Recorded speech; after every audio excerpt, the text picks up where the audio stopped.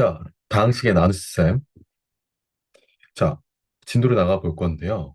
우리가 자연수의 나눗셈이야 많이 하고 있죠. 근데 사실 어떤 다항식, 문자가 포함되어 있는 식을 그런 종류의 식으로 나눈다는 게 되게 생소하잖아요. 그래서 그걸 어떻게 하는지 한번 정리를 해보고 연습을 해보도록 하겠습니다. 먼저 다항식을 항이 하나인 단항식으로 나누는 것부터 정의하겠습니다. 자, 그러면 예를 들어서 이런 거예요.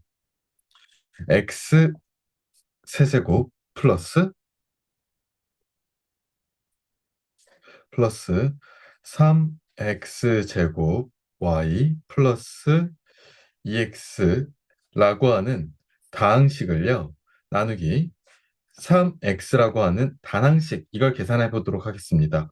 우리 나누기는 곱하기의 역수로 표현이 가능하죠. 그러면 x 세제곱 플러스 3x 제곱 y 플러스 2x의 단항식에다가 곱하기 3x분의 1을 해주는 거예요. 맞죠? 자, 나누기 3x는 곱하기 3x분의 1이에요. 자, 그러면 다항식에다가 단항식을 곱했으니까 이걸 분배해 주세요. 자, 그럼 봐봐. x세제곱에다가 3x분의 1을 곱하면 3x분의 x세제곱이고요. 더하기 3x제곱 y에다가 3x분의 1을 곱하면 3x분의 3x제곱 y가 되고요. 더하기 2x에다가 3x분의 1을 곱하면 3x분의 2x가 되겠죠. 자, 그럼 이제 각각의 분모 분자의 약분이 가능한 것들을 한번 소거해 볼게요. 자, 그러면 이렇게 지워서 x의 제곱, 이렇게 지워져서 x만 남고, 이렇게 지워져서 3분의 2만 남겠네요. 자, 그러면 남는 건 뭐예요? 3분의 x 제곱 더하기 3도 약분이 되겠네? 아, 그러면 그냥 x, y만 남겠네. 그치, x, y.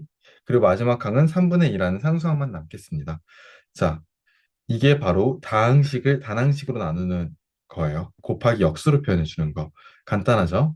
자, 물론 이제 이때 나누는 뒤에 오는 이 3x는 0이 되면 안 되죠. 분모에 0이 있을 수는 없으니까. 자, 그래서 이렇게 나누는 방법이 다항식과 단항식에 대한 나눗셈 방법이고, 다항식을 다항식으로 나눈다면, 자, 이게 핵심이잖아. 얘가 1번에 관한 거고. 자, 봐봐요. 먼저 다항식을 내림차순으로 각각 정리합니다. 그리고 마치 자연수의 나눗셈처럼 우리가 자연수의 나눗셈을 할 때, 뭐 예를 들어 321을 제가 14로 나눠볼게요. 그럼 어떻게 하죠? 321에서 가장 큰 자릿수 300의 3부터 소거하는 것부터 계산하잖아요. 자, 그러면 이 3에다가 가장 가까워질 수 있게끔 지금 우리 14에서 얼마를 곱해야 300에 가까워지는지 생각해 보는 거예요. 자, 그러면 3을 곱해져 버리면 42가 되니까 앞자릿수가 3을 넘어가 버려. 그럼 얘는 안 되는 거죠. 그러면 2를 곱하면 어떻게 될까? 아, 28이네. 자, 그러면 여기서 이렇게 빼게 되면요. 3에서 2를 빼서 1이 돼. 그리고 잠깐. 지금 이거 뒤에 빼는 거 생각하면 1도 없어지네. 그럼 41만 남습니다. 아, 그럼 다행이네. 3이라는 최고 자리가 없어지는 거잖아. 그 다음에 이번에는 또 뭐 해야 될까? 여기다가 3을 곱하면 42니까 41보다 크게 되거든요. 그러니까 2를 곱하면 28 돼서 빼게 되면 13이 남죠. 오케이. 자, 이제 얘는 14보다 작으니까 나머지가 되고요. 22가 목이 됩니다. 자, 이게 자연수의 나눗셈이에요.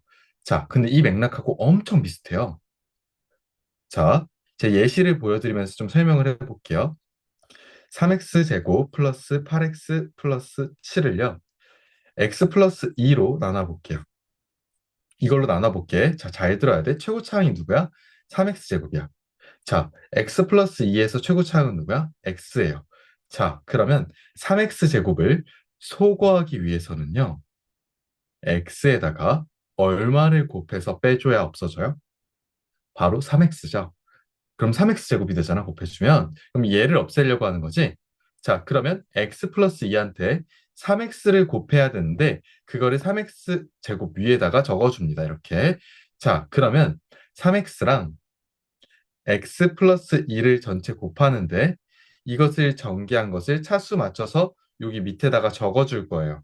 자, 그러면, 자, 상수항 없고, 그럼 위에서 아래를 빼주게 되면, 자, 그러면 최고차항이 소거가 되겠죠, 이렇게. 그럼 8x에서 6x를 빼면 2x 플러스 7이 나와요. 맞죠? 자, 그럼 이제 남아있는 것의 최고차항은 2x예요. 그럼 x한테 얼마를 곱해야 2x가 돼요? 2를 곱해야겠죠? 자, 그러면 2 플러스 2를 2x를 없애려고 하는 이 자리 위에다가 적어줍니다. 자, 플러스 2. 자, 그럼 플러스 2와 x 플러스 2를 곱한 것을 지금 여기 밑에다가 차수 맞춰서 정리할 거예요. 자, 그럼 2x 플러스 4죠? 자, 그럼 여기서 빼요. 뭐가 남아요? 그쵸? 2x, 2x 사라지고요. 7에서 4 빼주면 3이 남죠?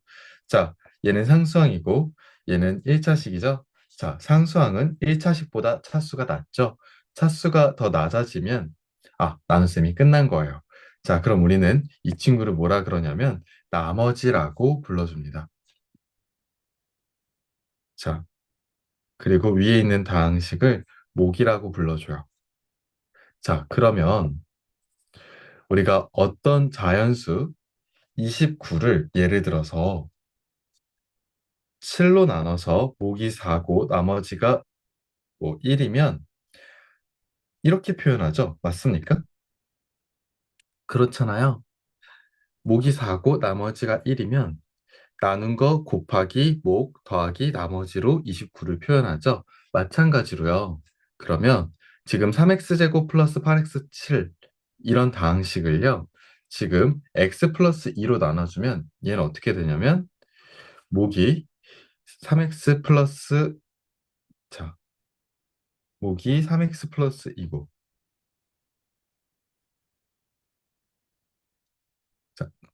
3x 제곱 플러스 8x 플러스 7을 이라는 이런 다항식을 x 플러스 2로 나눠주면 목이 3x 플러스 2고 나머지가 3과 같다 이렇게 우리가 표현해 줄 수 있는 겁니다. 자, 그래서 우변에 있는 이 다항식의 곱과 합을 쭉 정리하게 되면 결국 좌변과 똑같이 나오게 되는 거예요. 아시겠죠? 자, 그러면 우리 교재에서 그 밑에 뭐 다항식의 나눗셈에 대한 등식 얘기가 나와 있는데 다항식 A를 다항식 B로 나누었을 때 뭐 이런 얘기가 나와 있습니다. 자, 이 부분 다시 말씀드리면 자, 지금 다항식 A를 0이 아닌 다항식 B로 나누었을 때 목을 Q, 나머지를 R이라고 하면 자, 그러면 A는 A라는 다항식은 나눈 다항식 B 곱하기 목 더하기 나머지로 표현할 수 있겠죠? 자, 그러면 좌변이랑 우변이랑 차수가 어때야 돼요? 당연히 똑같아야죠? 같은 식이니까요. 방금 우리가 그 3x 제곱 더하기 8x 플러스 7 얘를요 x 플러스 2 곱하기 3x 플러스 2 더하기 3 이렇게 했었잖아요. 그래서 얘가 목이 얼마가 나? 자, 얘 그대로 써보면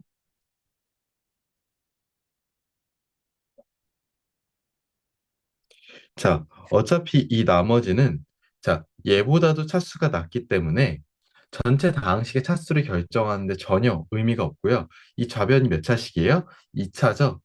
그러면 나눈 다항식이 1차죠. 그럼 목이 2차수에서 이걸 제외한 나머지 1차식이 되어야 좌우변의 차수가 똑같아질 수 있는 거예요.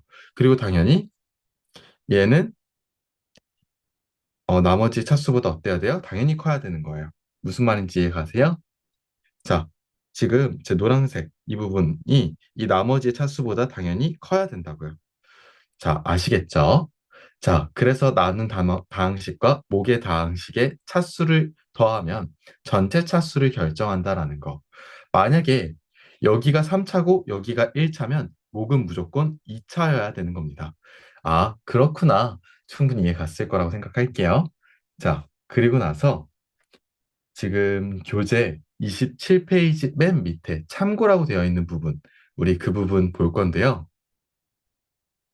지금 일반적으로 다항식의 나눗셈에서 1차식으로 나누면 나머지가 1차식보다 낮아야 되니까 무조건 상수항이에요. 2차식으로 나누면 1차식이거나 상수항이면 되겠죠, 나머지가.